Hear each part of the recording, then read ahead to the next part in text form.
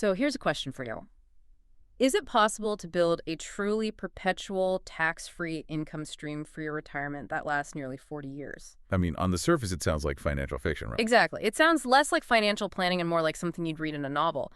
But the computational model we've managed to uncover suggests that, well, this is not only possible, but it's actually achievable. It just requires some, let's say, meticulous tax planning and an investment in a very specific, very engineered type of security. And we know it sounds unbelievable. But the numbers, when you really dig into them, they just don't lie. The verbal teaser is this. Imagine a financial strategy where a relatively modest and consistent investment. Okay. We're talking just $10,400 annually. So a little over $800 a month. Right. And you do this over a really concentrated period of only 10 years. That's it. Yeah. And that action could reliably generate a $20,000 annual cash flow for the next 4 decades. 4 decades. And here is the incredible kicker, the part that sounds too good to be true. Throughout that entire 40-year period, this income stream would maintain a 0 federal tax liability. 0. 0. I mean, it sounds like we've found a loophole in the tax code, right? Something that's going to get shut down tomorrow. You'd think so. But the truth is, this isn't a loophole at all. It is a real, structurally sound strategy. Yeah. And it's modeled on a very specific type of investment, a perpetual preferred stock. And the key is how it pays its dividends. Exactly.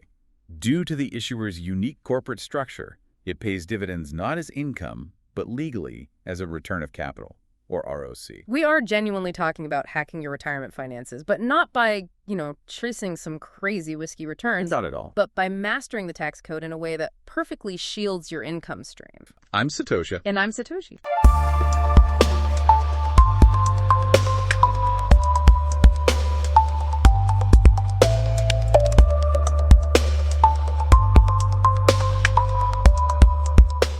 And this specific deep dive, it really came from the incredible amount of engagement we saw after our last discussion, the one focusing on Strategy Inc.'s preferred stock, STRC. Oh yeah, that one got a lot of attention. That was where we broke down how the company had engineered this financial cushion. The $1.44 billion cushion. Right. So robust that the STRC dividend was protected even if Bitcoin were to experience just a severe drop all the way down to $18,000. And that structural analysis, I think it proved that the engineers behind this security were thinking several cycles ahead.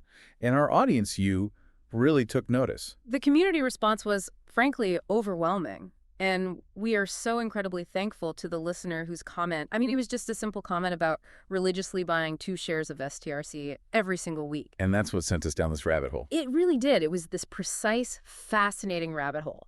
The original question we posed internally was, okay, how do we take STRC, which we'd previously framed only as a fixed earning stream? Think by Bitcoin, yeah. And how do we mathematically transform it into a recurring savings scheme designed specifically for a 40-year retirement window?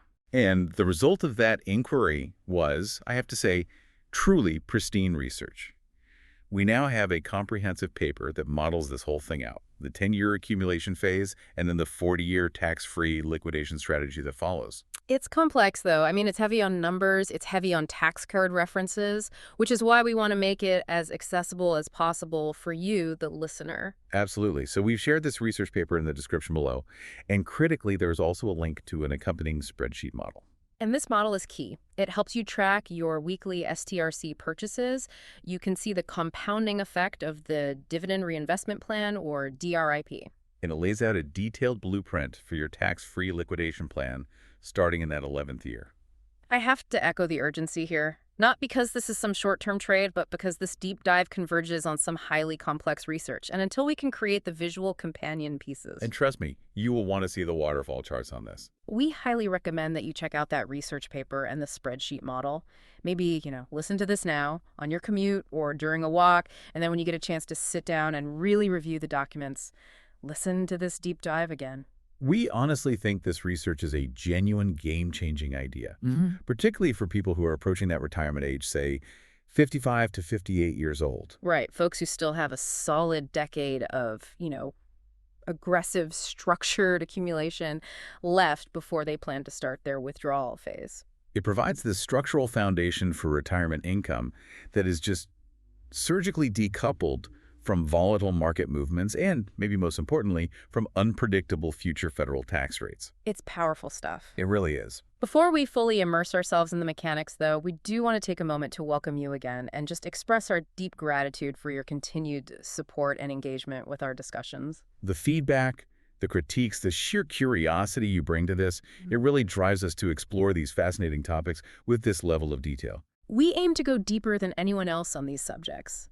But to maintain and, frankly, to increase this quality of content, we need your help. Yeah, and crucially, to start creating the high-quality video productions to visualize these extremely complex financial structures. And as we're about to discuss the 49 required transactions, you'll understand why visualizations are essential. Oh, absolutely. When you need to unlock funding. So we're trying to unlock funding for a Mosaic AI video editor by hitting 1,000 subscribers across all platforms. So please, if you enjoy these discussions and you want to see the video companion pieces for structures just like this one, take a moment right now. Hit subscribe on YouTube Music, Spotify, Apple Podcasts, or wherever you listen. Every single one counts. Yeah. And it really does allow us to dedicate the resources that are necessary for these kinds of intense analyses. Okay, let's get into the engine room. Let's do it. We are diving deep into retirement hacking with return of capital. First, we absolutely have to establish the core mechanism. What exactly is a return of capital, or ROC dividend? And why does the IRS treat it so differently from standard income? This is the foundation. If you don't get this part, nothing else makes sense. Right. So let's unpack this core concept. When we talk about a typical ordinary dividend, the kind most blue-chip stocks pay, when you get that cash in your brokerage account, it is immediately taxable as income. Immediately. If it's a qualified dividend, maybe you get a preferential rate. But if it's unqualified, it's taxed at your ordinary income rate. That could be as high as 37%. You get the cash, the IRS gets its cut right away. Simple. A return of capital distribution, though, it operates in a fundamentally different way under the tax code. It's not treated as immediate income or profit. So what is it then? Instead, the IRS views it as the company returning a portion of your original investment principal. Okay, an analogy might help here. Think of it like this. You loan $100 to a friend, and they start paying you back in $10 increments. That $10 isn't income, right? No, of course not. They're just paying me back. Exactly. You are literally just getting your own money back slowly over time. And it only becomes a gain if they end up paying you more than the $100 you lent them. It's the same principle. And this is where that critical tax deferral mechanism comes into play. The ROC amount, it legally and mathematically reduces the investor's adjusted cost basis, or ACB, in the stock. This is a concept called basis drift, and it is the key to pushing that entire tax event off until the shares are eventually sold, which, in our model, is decades later. So let's use a simple example to make sure we've all got it. I buy a share for $100. Okay. Over the year, I receive $10 in ROC distributions. So now, my new adjusted cost basis is $90. Perfect. You haven't paid any tax on that $10 you received. But when you eventually sell the share, let's say you sell it for $100, your capital gain is calculated based on that lower $90 basis. Meaning my taxable gain is now $10. Exactly. If you hadn't received the ROC, your basis would still be $100, and you'd have zero gain on a sale at $100. The ROC shifted the entire tax event from the moment of distribution to the moment of sale. It's a mechanism for massive tax optimization. And it seems particularly powerful for investors who plan to realize income in retirement when they expect to be in a much lower tax bracket. Or, as we're about to show, even the 0% bracket. But that brings up the crucial question. Why does STRC, the specific preferred stock from Strategy Inc., why does it qualify for this favorable ROC status in the first place? I mean, most successful companies, ones with massive reserves, they pay ordinary taxable dividends. There has to be something unique about their structure. And there is. This is where we have to look at the structural design of Strategy Inc. ROC classification depends not just on cash flow, but specifically on the company's earnings and profits, or E&P. And E&P is the corporate measure of taxable income. Okay, so Strategy Inc. is sitting on billions in unrealized gains from its Bitcoin holdings. Billions. However, their core stated corporate policy. The never sell Bitcoin strategy. That's the one. That is the key tax engineering feature. Because they aren't selling the Bitcoin, they are not recognizing those massive gains, and thus they are not generating recurring taxable income sufficient to cover their huge financial obligations. Ah, so they have the assets, but not the taxable income. Precisely. Strategy Inc. has immense preferred dividend liabilities. It's estimated at around $294 million annually, just for the STRC preferred stock alone. And the total for everything is? About $731 million total for all their debt and preferred payments. Now, their software business, while it's growing, it has not yet generated sufficient recurring taxable income to cover those massive fixed liabilities. So the distributions, the dividends, they're coming from that big cash reserve we talked about, the $1.44 billion. Correct. But because they are not being paid out of current or accumulated taxable profits, or E&P, the IRS classifies them as a return of capital. But wait, isn't depending on a company not generating sufficient taxable income, isn't that inherently risky for this whole strategy? I mean, what if their software business suddenly explodes and starts generating $800 million in taxable income next year? Does the whole tax structure collapse instantly? That is the core risk assumption we have to acknowledge. Yes, if Strategy Inc. generates positive E&P that exceeds that $731 million mark annually, the ROC status for the next distribution period would likely be jeopardized or reversed entirely. And the payments would just instantly become ordinary taxable income. Instantly. However, the sources suggest that the software business, while important, is still nowhere near generating that level of taxable profit reliably. The primary mechanism keeping E&P low is that capital allocation strategy. Holding Bitcoin long-term and only monetizing MSTR common equity through arbitrage offerings to fund the debt stack. That's the engine. It's a strategic engine of tax deferral by corporate design. Okay, and we have to address the $1.44 billion reserve itself. We know that reserve is parked largely in safe short-term stuff, likely T-bills earning interest. Right. And that interest income is taxable income, right? It's E&P. Does that change the equation at all? It definitely contributes to E&P, you're right. But the sources confirm that while that interest income dramatically helps their liquidity, is their cash wall, it is highly unlikely to shift the ROC status by itself. It's just not enough. The $731 million annual fixed liability is just too vast. So the ROC classification should stick around as long as the primary engine of value creation is the acquisition and long-term holding of non-taxed Bitcoin appreciation. Okay, so that's the foundation. Now let's move from the concept of ROC to the application. The 10-year accumulation model, which is designed to set up this perfect retirement income stream. Right, so we are focusing on the scenario that was modeled out in the research paper. It's a hypothetical couple married filing jointly, or MFJ. And they're starting this plan between ages 57 and 67 using conservative proxy 2024 tax figures. That's really the sweet spot. It's for people who still have significant earning power but are close enough to retirement that this 10-year window perfectly aligns with their planned withdrawal start date. And the plan itself, it's built entirely around discipline. It's a 10-year accumulation phase, so 120 months or 520 weeks. This is not about having a massive amount of upfront capital. No, it's all about mechanical consistency. And the key discipline point is the weekly cadence. Purchasing exactly 2 shares of STRC every single week. 2 shares a week. So that's about $200 a week, assuming a $100 share price. Right, which translates to a total annual investment of $10,400. And that consistent weekly cadence is specifically recommended to build good investment habits. That investment muscle memory. I like that. It removes the stress of trying to time the market. Exactly. You're just dollar cost averaging into a security that, thanks to its variable rate mechanism we talked about, is explicitly designed to trade around its $100 par value. It gives you price stability. And crucially, this whole strategy relies on the power of compounding through reinvestment, the dividend reinvestment plan, or DRIP. That's right. So if we use the simplifying assumptions from the model, a constant $100 share price, and a constant 10% annual ROC rate, which is in line with recent yields. The power of that compounding in DRIP means that the total shares owned at age 67 comes out to precisely 1,747.69 shares. And that's the number. That's the size of the portfolio needed to power the next 4 decades of income. That's the target. But the investment plan is very deliberately and very critically capped at 10 years. We talked about basis drift earlier, but why is stopping at 10 years such a critical constraint?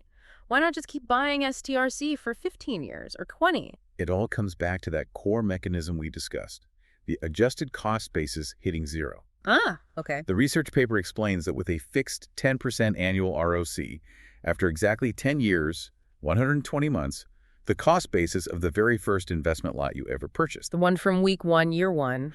would be reduced to exactly $0. Because 10% of a $100 original basis received over 10 years equals $100 in total reduction. Your basis is gone. Exactly. And once the cost basis of a specific share lot hits zero, any further ROC distributions you get on that specific lot immediately convert from a tax-deferred basis reduction into a fully taxable capital gain. You lose the benefit. You're forced to recognize income. The game is over for that share.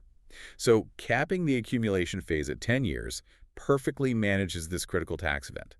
The investor intentionally stops buying new shares right when the earliest lots, the ones bought in week 1, 2, 3, and 4, are just about to hit that zero basis threshold. So the whole accumulation phase is timed to maximize the total number of shares while making sure the oldest lots maintain the lowest possible ACB without actually triggering an immediate tax liability just by holding them. It's a mathematical and tax planning tightrope walk. The model shows the first 4 weekly lots do indeed hit zero ACB, which makes 10 years the maximum accumulation time for this specific strategy. You accumulate the maximum possible shares precisely at the moment the oldest shares have achieved their optimal tax efficiency. And that takes us to the payoff. Age 67 and the start of the tax-free liquidation strategy. Right. The goal here is a specific, reliable annual cash flow of $20,000. And given the simplifying assumption of the $100 share price, achieving that $20,000 cash flow requires selling exactly 200 shares every year. 200 on the dot. Now, this is maybe the most critical part of the entire deep dive. The magic isn't just in selling shares. The magic is in which shares you sell. This is where the investor's precision matters more than anything else. You are not just selling a random lot. You can't. You are very specifically selling the lots that have had the maximum amount of time for those ROC reductions to take effect. This is a surgical strategy. It is. The computational model iterates over all the pre-sorted shares, the 520 weekly lots you bought and the 120 DRP lots that accumulated, and it identifies the 200 shares with the absolute lowest adjusted cost basis. Let's slow down the math and the process here. So if an investor were to sell a new lot, say, one they bought in year 10, that lot would have an ACB pretty close to $90. Right. Selling that share for $100 would generate a $10 gain. But you are selling the oldest shares. Correct. The oldest shares, the ones purchased in year 1, week 1, they've had 10 full years of basis reduction. Their ACB might be only $1.50 per share. Wow. So by targeting these lowest ACB shares, the investor maximizes the capital gain realized per share. And that maximizes the portion of the $20,000 cash flow that is recognized as a capital gain, which is key to the tax math. So let's look at the results of this targeted sale. The sale generates $20,000 in proceeds, but because the ACB on those oldest targeted shares is so extremely low, the model calculates it at just $1,862.47 for all 200 shares. So the total taxable capital gain realized is only $18,137.53. That is the definition of efficiency. $20,000 in cash in your pocket, but less than $18,200 of it is recognized as a taxable limit. And now we apply the final layer of the strategy, the tax parameters, to get that $0 federal tax result. Right. We're using the proxy 2024 tax parameters for a married filing jointly couple, both aged 65 or older. For this demographic, the standard deduction is a very generous $30,700. That standard deduction, it acts as an enormous shield. A huge shield. Yeah. And since the total taxable long-term capital gain realized from the STRC sale is only $18,137, and the standard deduction is over $30,000. That entire capital gain is completely absorbed with the standard deduction. The gain is fully shielded. The shield is bigger than the taxable event. Exactly. Federal tax due, $0. The couple receives $20,000 in reliable cash flow. They pay absolutely nothing in federal tax. Year after year, as long as this mathematical balance holds, and they continue to manage their sales with that level of precision. It's the essence of financial engineering, not just generating returns, but architecting the income stream to fit perfectly inside the protected boundaries of the tax code. And this engineered income stream, it also has these profound implications for the portfolio's longevity, thanks to the continuous compounding effect of the DRP. Right. Even as the couple is withdrawing $20,000 a year, the compounding on the remaining shares continues to work hard. So walk us through that math. If you're taking out 200 shares a year, how does the portfolio manage to last nearly 4 decades? Is the compounding really that strong? It is. So the total number of shares at the start of retirement is that 1,747.69 number. The investor sells 200 shares annually.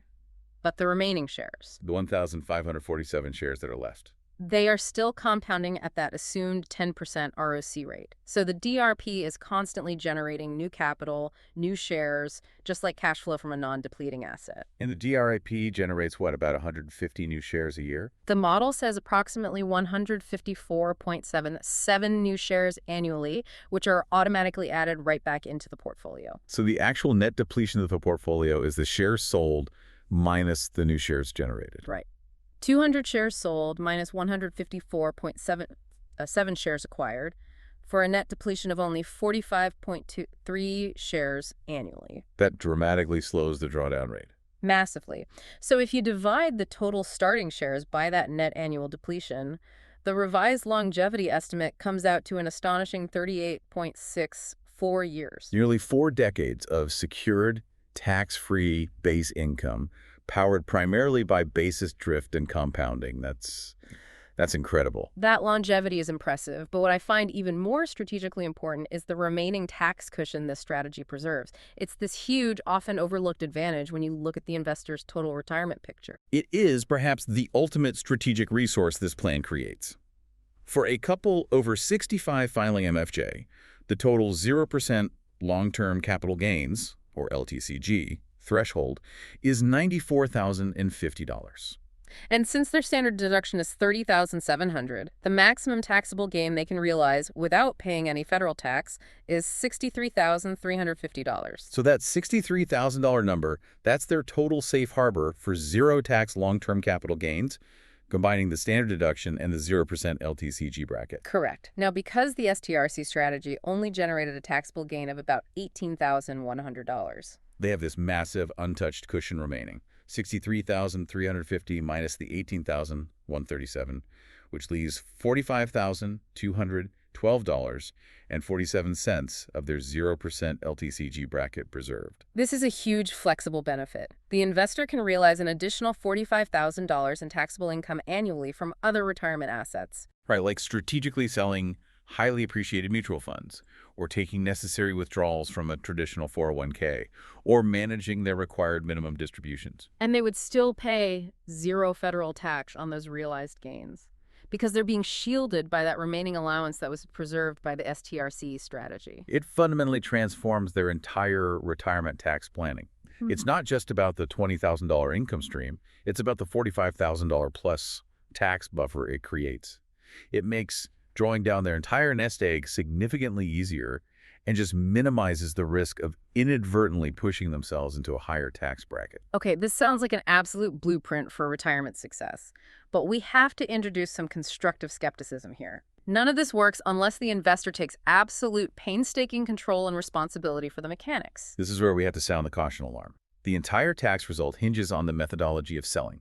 The investor must, and this is non-negotiable, instruct their broker to use specific identification or spec ID when selling shares. You cannot just hit sell on your brokerage app.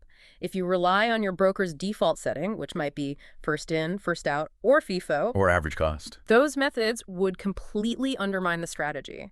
FIFO would sell your oldest shares, which is what we want, but it might not select the precise lots required for the optimal tax shielding. And average cost would treat all shares the same, removing the benefit of basis drift entirely. Correct. The sale has to be surgical, targeting the specific oldest lots that have the lowest ACB. The research paper's sample sales plan demonstrates the administrative complexity. To hit the exact $20,000 target while optimizing the tax shield, the investor has to sell 200 shares across a total of 49 unique transactions annually. Wait, 49 unique transactions? So we're not talking about clicking sell all on a mobile app. We're talking about what? Getting on the phone with a broker or filling out a detailed form and reading them a 49-line script every single year. That is a very real possibility, yes. The administrative complexity is high, and that's a critical consideration.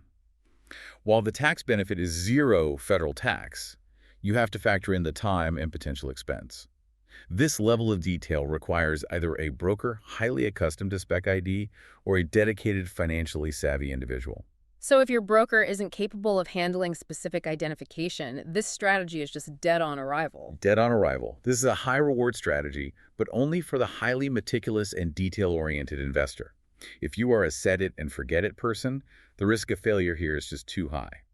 And that leads directly to the second critical responsibility: meticulously tracking your adjusted cost basis. If you're doing the Spec ID sale, you absolutely cannot blindly trust your broker's reporting. You cannot.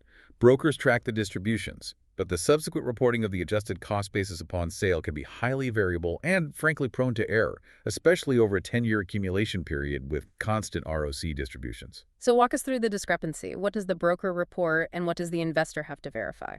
The broker reports the ROC distributions annually on Form 1099 DIV in Box 3. That tells you how much your basis was reduced that year. The problem comes a decade later when you start selling. The broker reports sales on Form 1099B, which should reflect the adjusted cost basis of the specific lot you sold. And if the broker, over a decade, failed to correctly apply all of those Box 3 reductions to that specific lot, they might report the original cost basis, or an incomplete one. Exactly. And if the broker incorrectly uses the original cost basis on that 1099B, the investor will massively underreport their taxable gain to the IRS. For example, if the ACB should be $1.50, but the broker reports the original $100 basis, the investor would report a $0 gain on that share when they should have reported a $98.50 gain. That discrepancy creates a significant audit risk. A huge one. The investor must maintain their own records, cross-referencing all the ROC distributions they received over the decade against the original purchase price of the specific lot being sold, adhering strictly to IRS Publication 551, Basis of Assets. This sounds less like investing and more like running a small accounting firm for yourself. It's the price of admission for zero federal tax. It's the ultimate administrative burden, but one that is absolutely essential for preserving the benefit.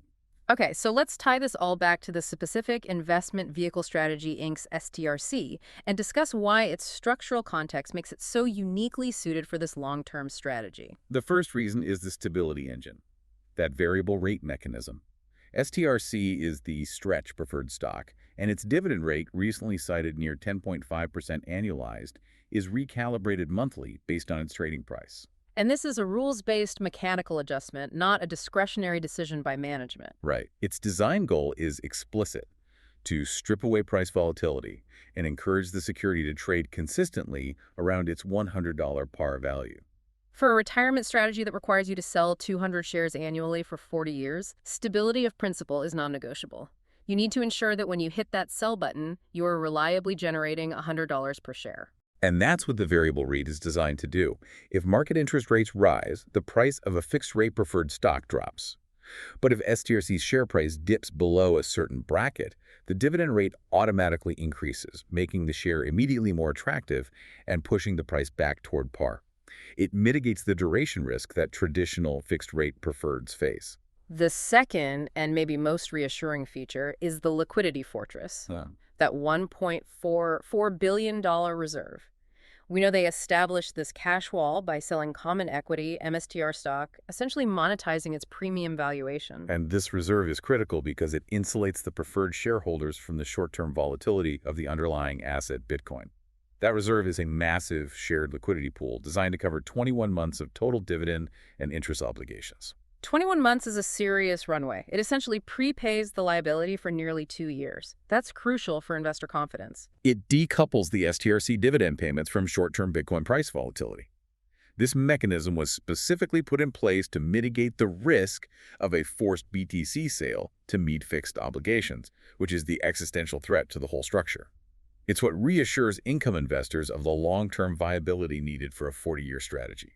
And finally, let's look at the ultimate protection in a collapse scenario, the liquidation security. Even if that reserve is gone and we enter a catastrophic crypto winter, STRC holders have a senior position in the liquidation waterfall. This is the definitive fail-safe for your principal.